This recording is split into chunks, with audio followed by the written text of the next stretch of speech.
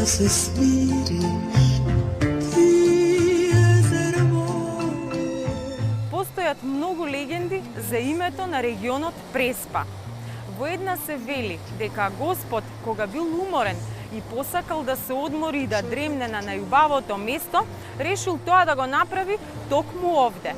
И така, овде на ова место преспал и оттогаш луѓето во овој крај, ова божествено место, каде што била спуштена Божјата дремка, го нарекле Преспа. Но онаа легенда, што е исклучителна и мощна и интересна, е легендата за најубавата родена жена на сите времиња по име Македонка. Таа имала прорекната судбина, тешка и драматична, онаква каква што има и нашата убава, древна и чудесна земја Македонија. Таа растела покрај брановите на едно од 17-те најстари езера на светот, благословена од Богородица, со искри наградите и крстена лично од царот Самуил. Меѓутоа, нејзината прорекната судбина се одвивала токму онака како што била прорекната. И на денот кога требала да го одбере својот животен сопатник, таа се вртела околу себе со своите бујни коси, а околу неа стоеле 4 момчиња, влюбени и згорени од копнеш по неа. Застанала токму пред едниот, кој што требало да и стане сопруг, и му паднала во прегратките. Меѓутоа, тогаш здивот и застанал и таа заспала, односно преспала, а сите мислеле дека умрела.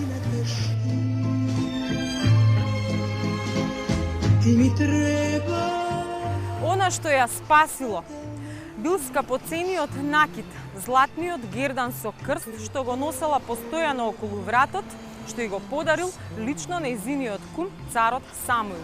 Привлечени од нејзиното богатство, двајца гробари решиле да ја откопаат и да го украдат.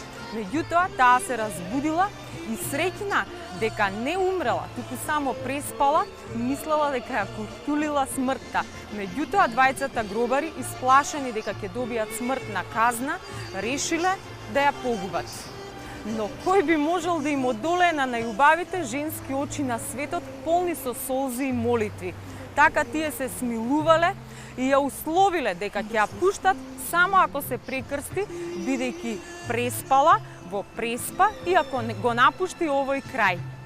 Токму тоа и се случило. Македонка, прекрстена во Преспа, го напуштила своето родно место. Останатиот дел од приказната, односно од легендата, го ветувам откако ќе го прошетаме целиот овој регион крај брежјето на топлата страна на Преспа под Пелистер.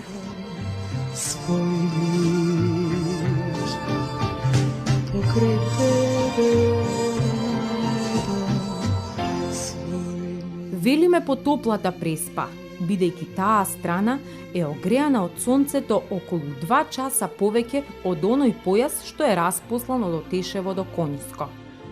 Него го става Галичица во сенка веќе по 18 часот во шпицот на летото. И обете страни си имаат своја уникатна убавина. Галичичката, мирна, спокојна, суптилна.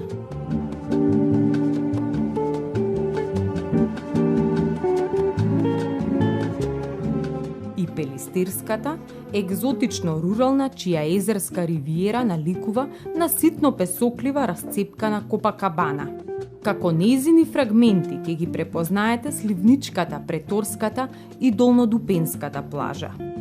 Од јуни до август температурата на водата е од 18 до 24 степени Целзиусови.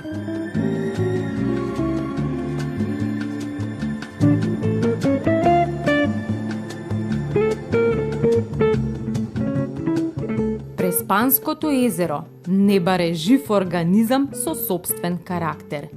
Екзистира веќе околу 5 милиони години и се вбројува во 17-те најстари езера на светот.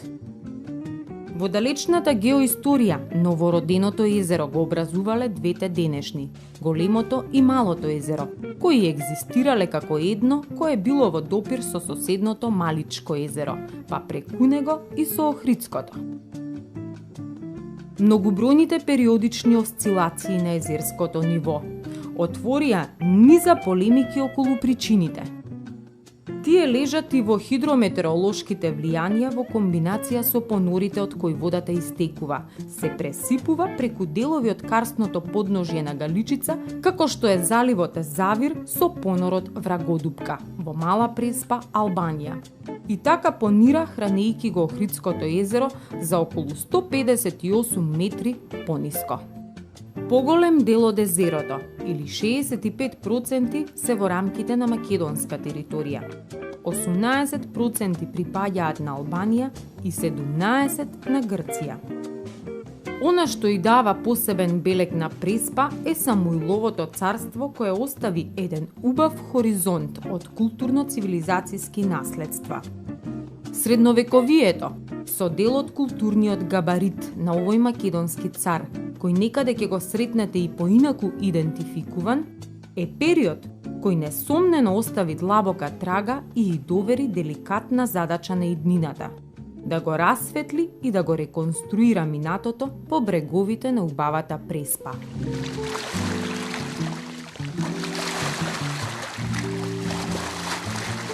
Запретана во мрежите на овие неколку летаргични децении. Запуштена. Таа последниве години се продзева од длабокиот сон, повторно заблескувајќи со зголеменото езерско ниво и подлабоките води. А на неизината убавина, огреана, питома и позлатена од сонцето, има кој да се радува. Туристите се препелкаат во преспанските песоци.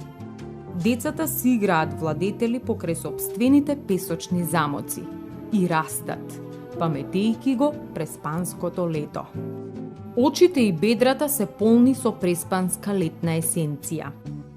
А аромата која потпукнува под кората на сочните ресенски јаболка е последната капка во вкусот што се вика Преспа.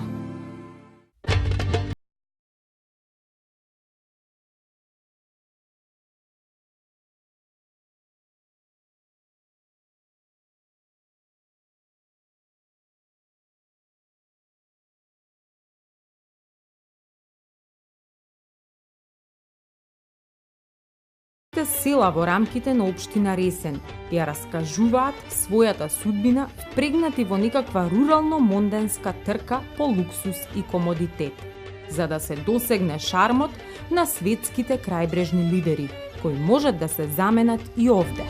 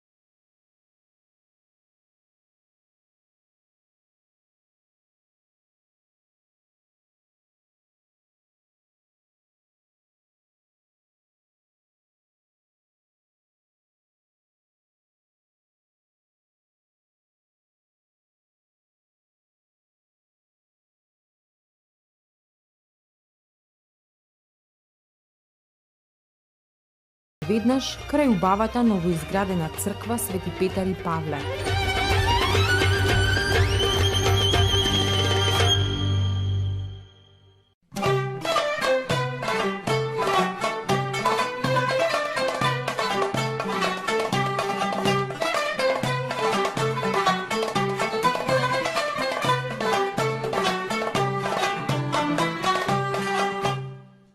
овде неминовно ќе ве сопре етно музеот на Јоне Евтимовски, чија збирка содржи повеќе од 3000 експонати. Јоне соживеан во улогата на кустос и етно толкувач.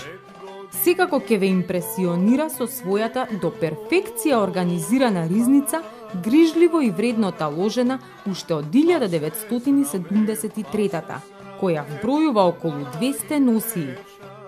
Тој историјата ја раскажува низ призма на фолклорот. Носијата била идентитет и рефлексија на крајот кој имал и карактеристични обичаи.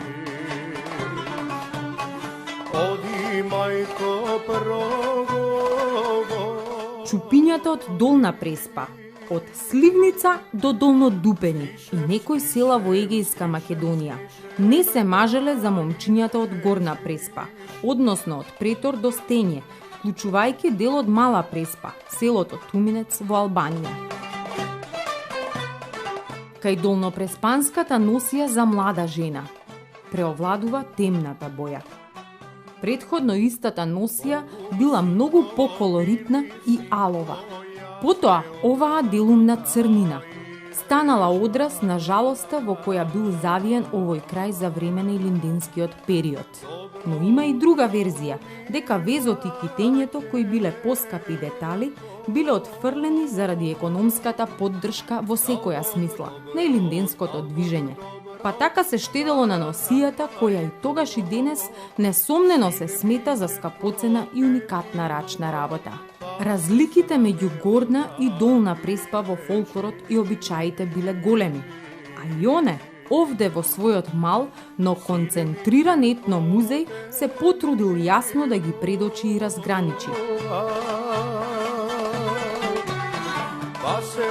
Неизоставен дел од една носија се накитот и коланите, жолтите чапрази или мали токи, за напојас одзади се од Горна Преспа.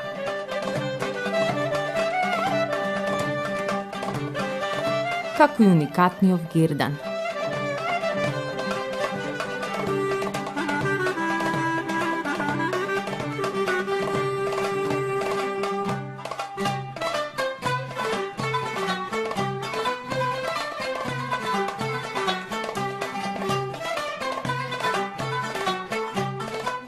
И герданот кој некогаш и припаѓал на една убава долнопреспанка. Кога си ти ме милувал, заш не кажал? Меѓу предметите интересно е и јајцето со 16 сончеви зраци, зраците на Кутлеш. Може би еден ден е малку за да се разгледа внимателно сето ова богатство што е рефлексија на имиджот и сензибилитетот на нашата земја, ткаени во фолклорот во кој се содржи регионалниот или локалниот потпис. Во него се компримирани судбината, историјата, емоциите и уметничката визија на ракотворецот. Ох, Риѓаначе.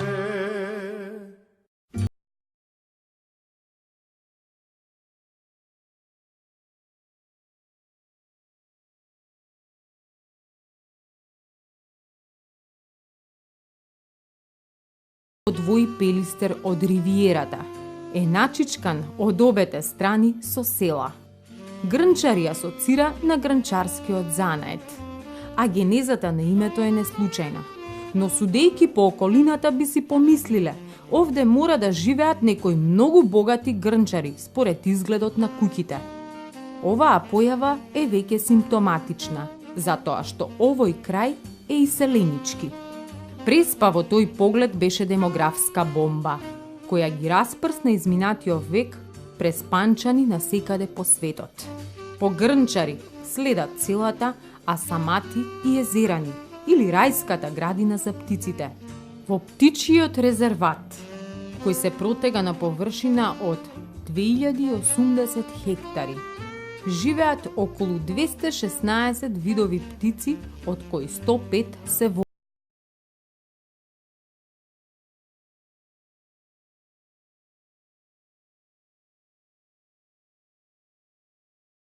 чија пасија е разноличното птичје царство.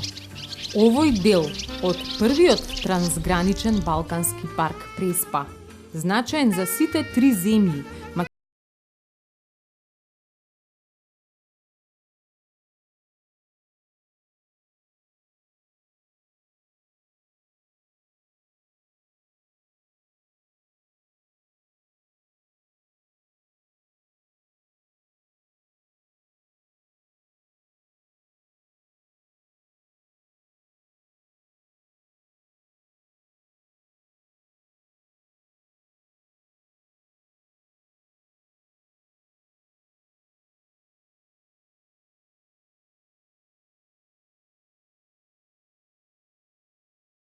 летно сина преспанска сценографија, на која некогаш ќе ви подготват партитури од својата синхронизирана кореографија.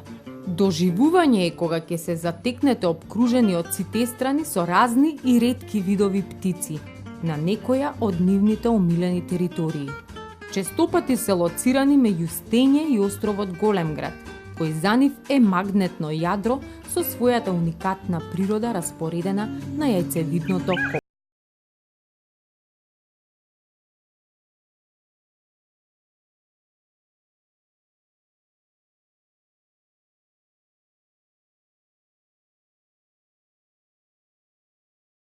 Овде ќе ги забележите и сивата чапја со својата вообичаена поза на една нога.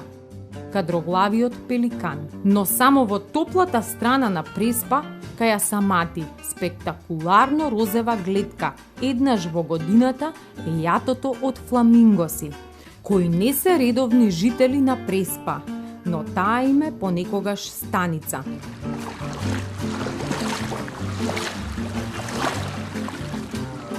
Во однос на рибниот фонд, Преспанското е типично ципни рибно езеро, покрај исклучително ретката речна пастрмка Салмо перистерикус, или меѓу луѓето позната и како брајчинска пастрмка, бидејќи доспева од Брајчинска река кон езерото. Фамилијата крапновидни риби има околу 12 вида, меѓу кои се крапот, чие мрестилиште е токму овде, грунецот, кленот, скобустот, мрената, плашицата, гомњушката. Меѓу интродуцираните видови се сомот, чии капитални примероци достигнале и до 36 килограми, карасот, сончарката и други.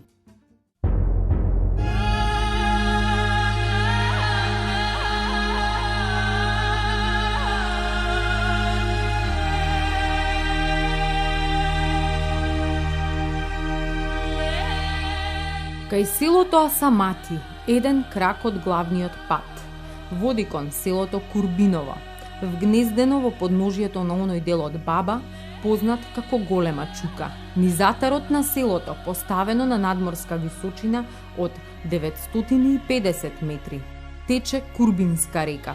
Некогаш сред селото бил поставен воденичкиот камен, кој денес е пренесен во околината на малата, но импозантна црква Свети Ѓорги. На околу 3 километри над селото, на надморска височина од 1035 метри, убаво вткаена во природниот амбиент, на прв поглед скромна, а толку богата и уникатна. Таа е бисерот меѓу средовековните црковни споменици на византиската култура. Над црквата бдее како тривековен покровител Дабот, под чии раскошни крошни се подава единствениот езерски пейсаж од височините на крајбрежјето, кој во својата сина композиција ги содржи и двата острова, Големград и Малград во Мала Преспа. Црквата е посветена на Свети Ѓорги. Записот во олтарот е единствениот хронолошки податок околу временската анализа, кој зографите го оставиле зад себе како потсетник дека живописот е започнат во април 1191 година.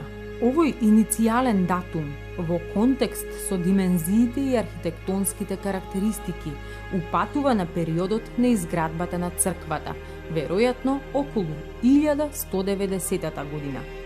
Ктиторот е непознат. Нема пишани документи или надпис што го содржат неговото име или социјален статус.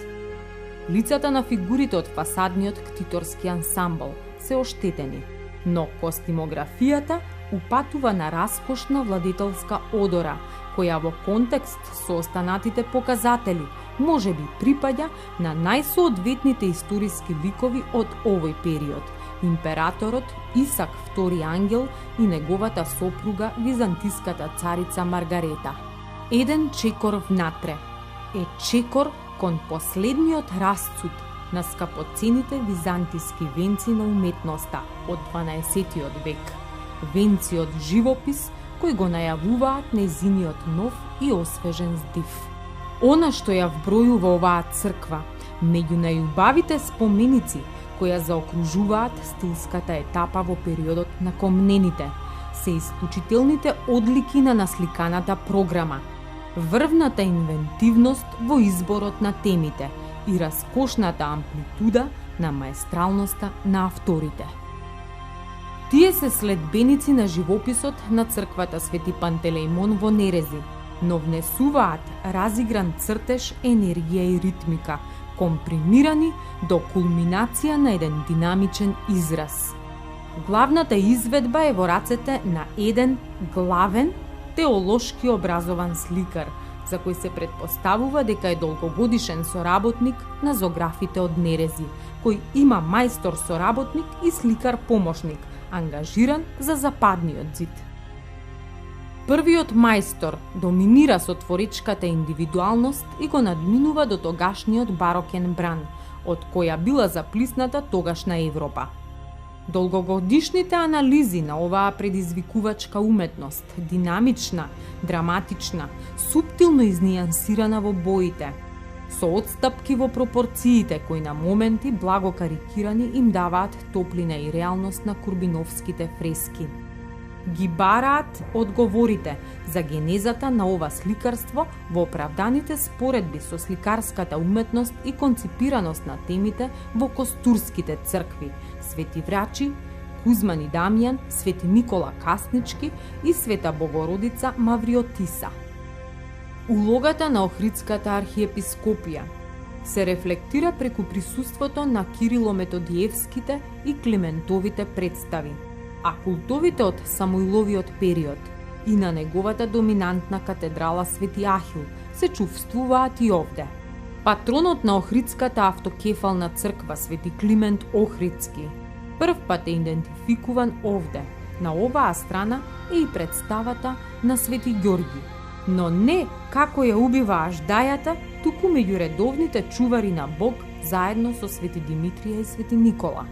Во првата зона од сликаната декорација, на јужниот зид, се традиционалните представи на Светите Врачи, тројката Свети Кузман, Дамјан и Пантелеимон, и првенците на христијанското верување, царот Константин и царицата Елена.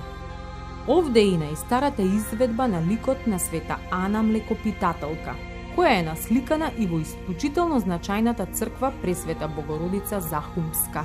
Тука се и портретите на Свети Кирил и Методи, патроните на византиско-словенската средновековна култура. До појасната представа на Свети Ефросим во внатрешноста на северниот влез и представата на Света Марена, убивајќи го ѓаволот, кои се вбројуваат меѓу најстарите фигури во историјата на византиската уметност.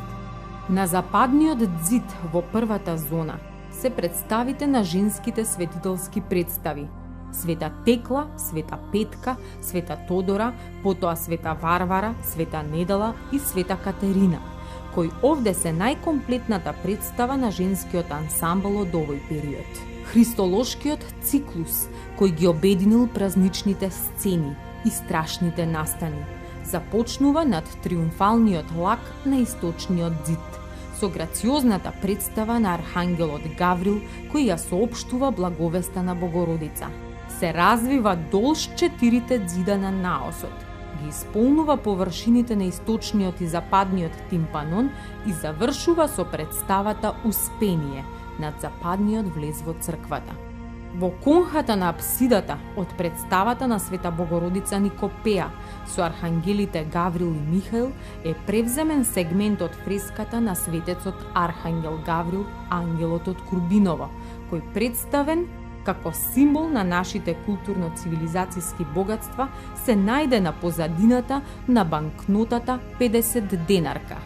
Под представата на Света Богородица е композицијата Поклонување на Христос Агнец, прикажан легнат на средината, а околу него се 8 архиереи. Прогресивната визија на овие сликари е во импресивната представа на малиот Христос, положен на чесната трпеза во Курбиновскиот олтар, како жртва во сцената Поклонувањето на Агнецот. Меѓу импресивните иконографски детали во овој ред, односно втората зона, се илустрацијата на прекрасниот стих за затворената градина, кладенецот запечатен од Соломоновата песна над песните, символичната ода за девственоста на Богородица покрај ликот на Марија во сцената Благовестие, посетата на Марија кај Елизавета, потоа разговорот на Марија со Елизавета за благата вест, Христовото раѓање истовремено, едноставно и посебно по својата длабочина, сретението, крштевањето, воскресението Лазарево, потоа на западниот зид, навестувањето на Христовиот триумф врз смртта во откровението на Свети Јован, асоцијативните форми на пейсажот, слегувањето во пеколот. Влегување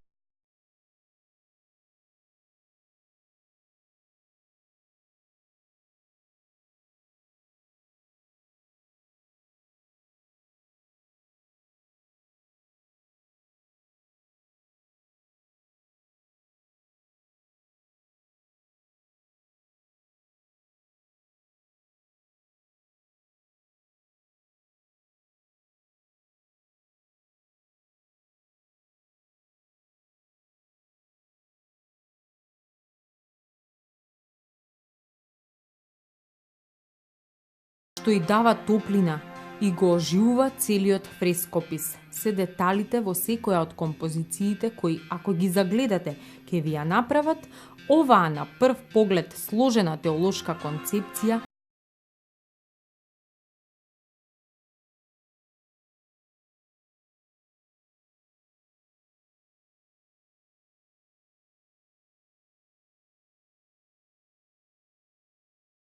време во сеќавањата чекор надвор од овој духовен храм.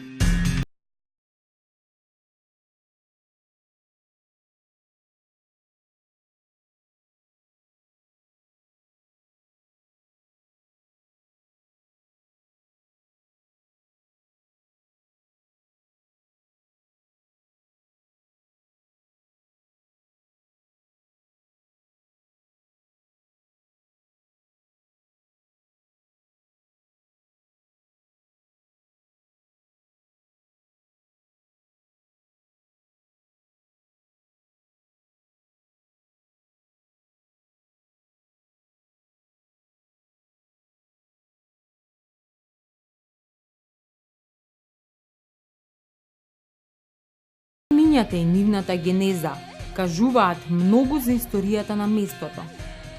Денес оваа повторно оживеана езерска ривиера треба да го заслужи името и да асоцира на вистински предводник во туризмот, а природата му ги дала сите услови за да биде блескав, интересен, комотен и релаксирачки.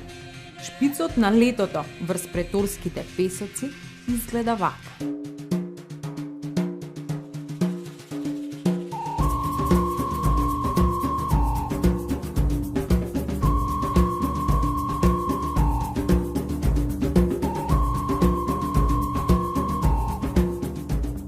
Во оваа летна преспанска идила, изворот на музиката ги одбројува летните часови кои заличуваат онака како што сакате да ги замислите. Така сливница наликува на Копакабана или на некој фрагмент од Португалија. Можеби за реалноста ве врзуваат менталитетот, дијалектите, регистрациите на колите, но убаво е да се биде свесен дека оваа Самуилова лагуна или преспанска убавица е автентична и наша, а Македонија ги има благодетите од нејзиниот раскош. Потоа се надоврзува сливница. Над ова златножолтно песочно брашно, по кое е растркалана летната рекреативна игра и по кое се спружени на сончање телата кои овде ги полнат батериите. се наоѓа селото Сливница како некаков прекин на јаболковите садници над кои овде преовладува сливата, а таа овде е насекаде, во селото и околу него.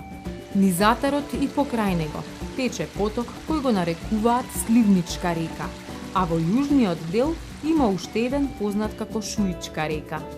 Ова бело село, според фасадите на куќите од збиен тип, има 4 цркви: Свети Димитрија, Свети Атанас, Свети Никола и Света Петка Шуица. Но круна на сета Сливничка убавина е Сливничкиот манастир, до кој води 3 километарска калдрма. Таа завршува кај големата порта, зад која зеленото, ражуборено катче во прегратките на Баба Планина е складно организирано со конаци, во чиј склоп има трпезарија, а од спротива има бина, која вон првичната функција служи и како таверна за уживање. Меѓу нив дијагонално од црквата е малата кујничка која им е добре дојдена на посетителите, особено на собирачите на печурки, кои овде може да ги приготват, а потоа да уживаат во нивниот вкус. Овде престојуваат уметници, фотографи, ученици.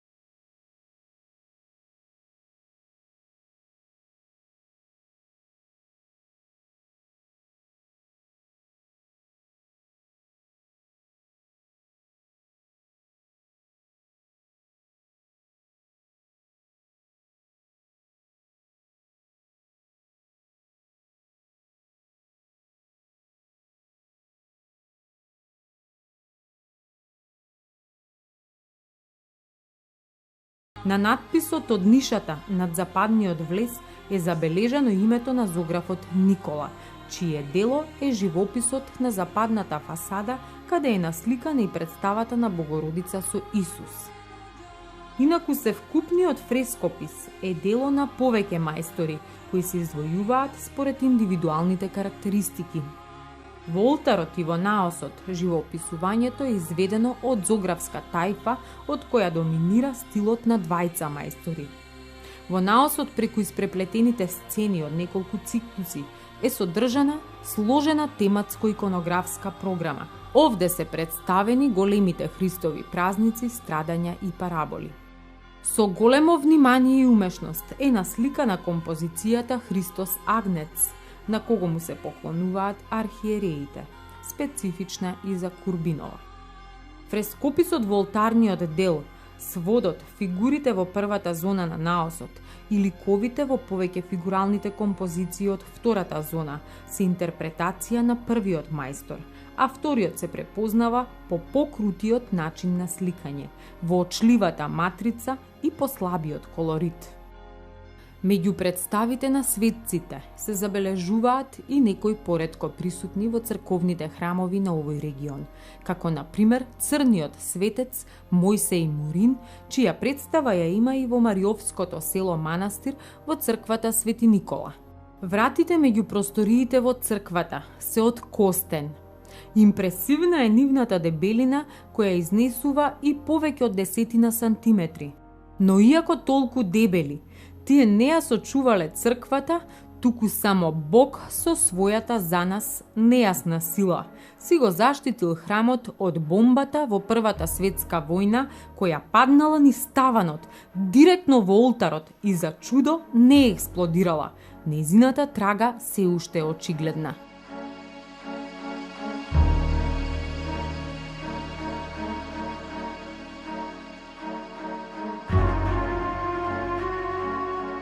Надвор од црквата има изворче со света вода. Неговите лековити својства се прочуени надалеку. Она што е специфично е непроменливото ниво на водата на изворчето, кое всушност е само појавен вир од под црквата. Водата ја сметаат за лековита и чудотворна за неротките, кои и во зрелост станале благословени. Во близина има уште едно изворче Свети Спиридон, скриено меѓу бујната вегетација. Меѓу луѓето се зборува дека манастирот го чува некоја нејасна сила, а некои од нив во неа ја препознаваат Богородица како заштитничка. Од топлата и земска убавина во подножието до височините во кои Света Колевка е сливничкиот манастир. Сливница ја заокружува својата приказна, а по неа започнува една нова, со мощно и убаво асоцијативно име – селото Љубојно.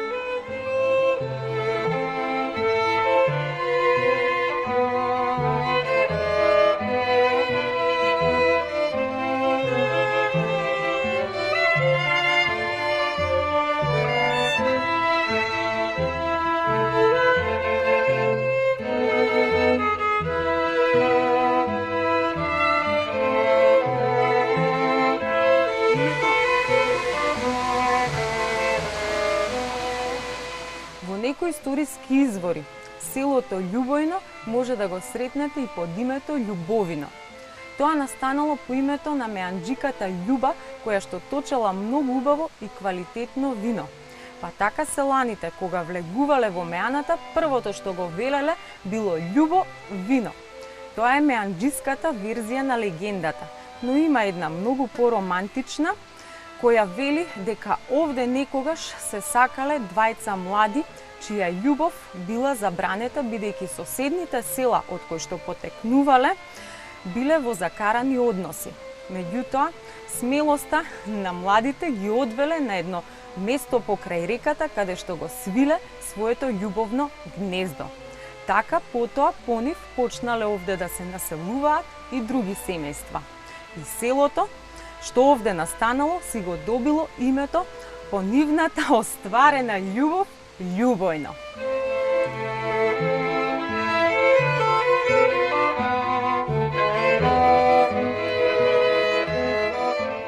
Ова типично ридско и печалбарско село од збиен тип е составено од неколку селски маала, со автентични куќи на видни личности од времето, меѓу кои сред село вниманието го привлекува и куќата на Петре Германски, кој со сиот ентузијазам му донесе вода на селото од местноста Синец, влечејки цевки, со месеци копајки, за да има чешма на која ќе се радуваат сите. Тој го дочекал првиот жубор, а потоа со исполнета желба заминал на оној свет. Зад себе му остави на селото чешма, од која и ден денес блика ладната водичка. Низатарот на ова убаво село водите ги тркала водоносната Брајчинска река, на која до илинденскиот период работеле 16 воденици, од кои една е реконструирана.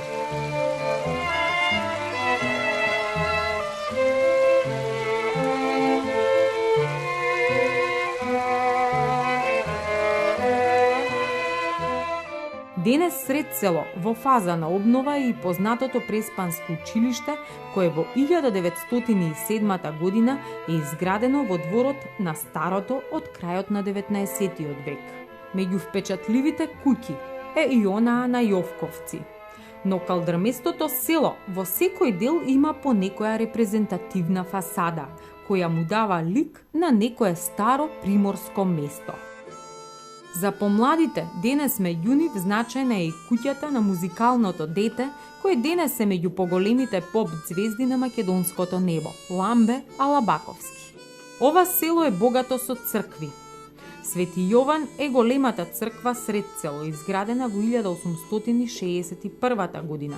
На 100 метра од неа е малото црквиче посветено на Света Марена, позната меѓу народот и како Огнена Марија.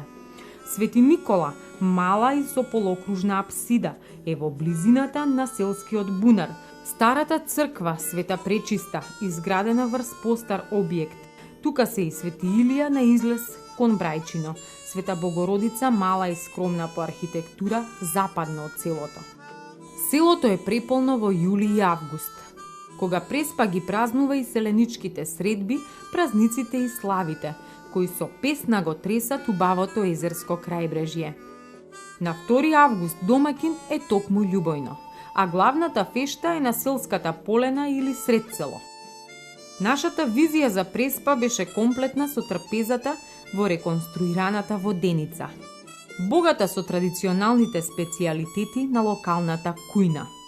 Карактеристична, вкусна и во добро друштво на тркалезниот астал покрај каминот. Таа си имаше своја приказна. Покрај традиционалните преспански лукаинци со прас во тава, преспанското макало е се уште лекција што младите невести мора да ја научат за да се омажат. Овде љубовта на идниот преспански домакин се освојува преку овој наследен и дефинитивно успешен рецепт.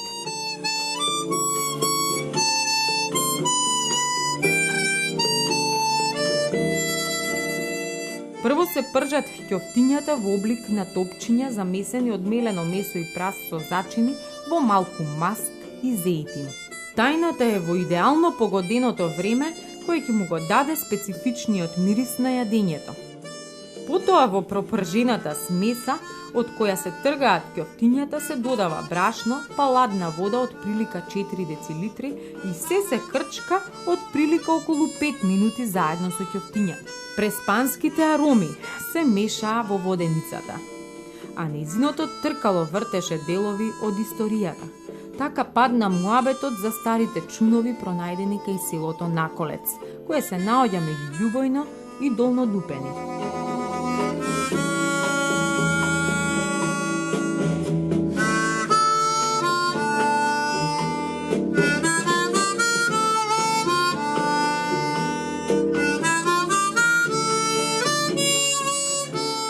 Некогашното село било на брегот на езерото, а денес водата е значително повлечена, па до брегот има околу 1 километар.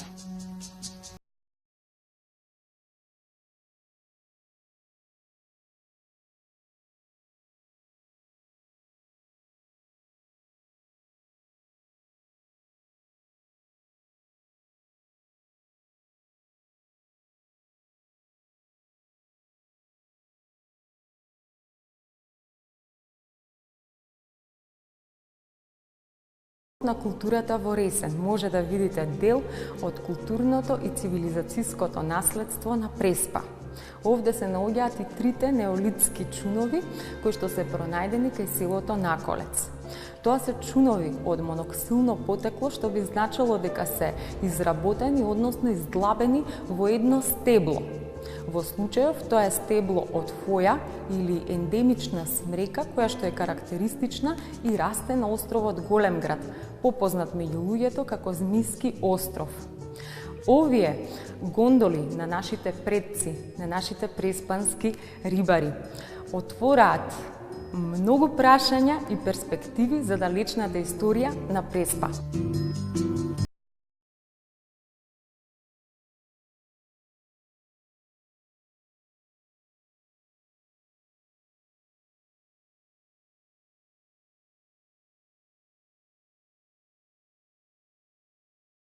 неолитски чунови им припаѓале на рибарите од почетокот на новото камено време.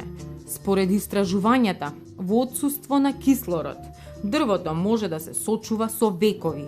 А сведоштво на тоа се и овие дрвени моноксили, кои инсистираат на темелни истражувања на некогашната наколна населба, чии одговори за минатото и реконструкција би биле меѓу другото и атракција која лесно би се имплементирала во развојот на туризмот.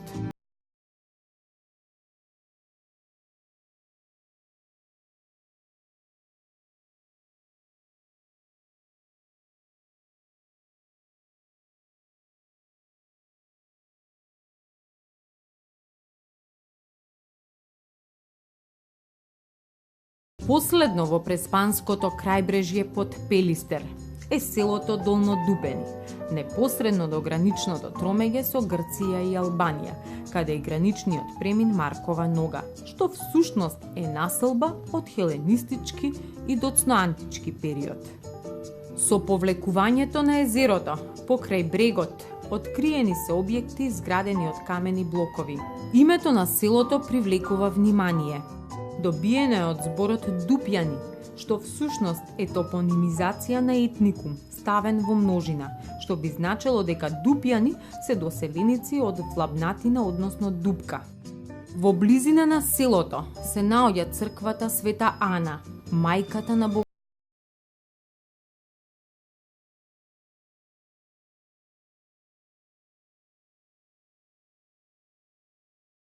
Тоа на крајот, како јаготка на шлагот, ќе ви понуди мощни интересни адути по кои ќе го паметите. Кафеанчиња, кафулиња, па и дискотека до доцните часови и песочната дупенска плажа Дупени бич, која ќе ве пречека со кодекс на однесување, нешто налик на куќен ред.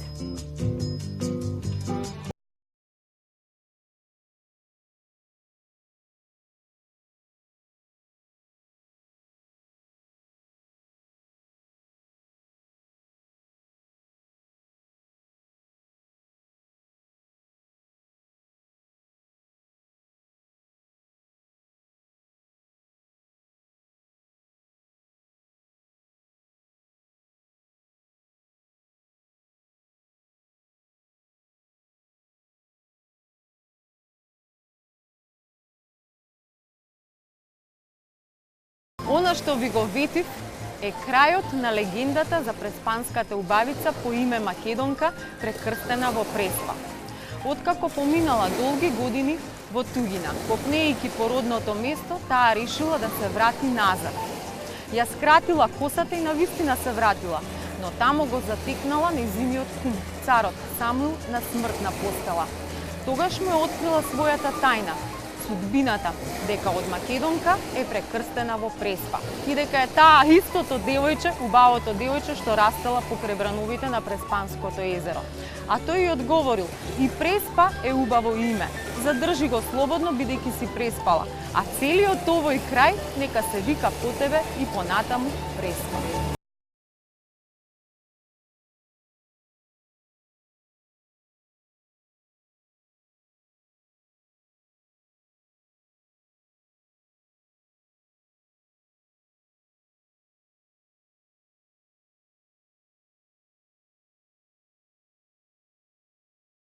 Десната убавица Македонка на нашата чудесна земја Македонија.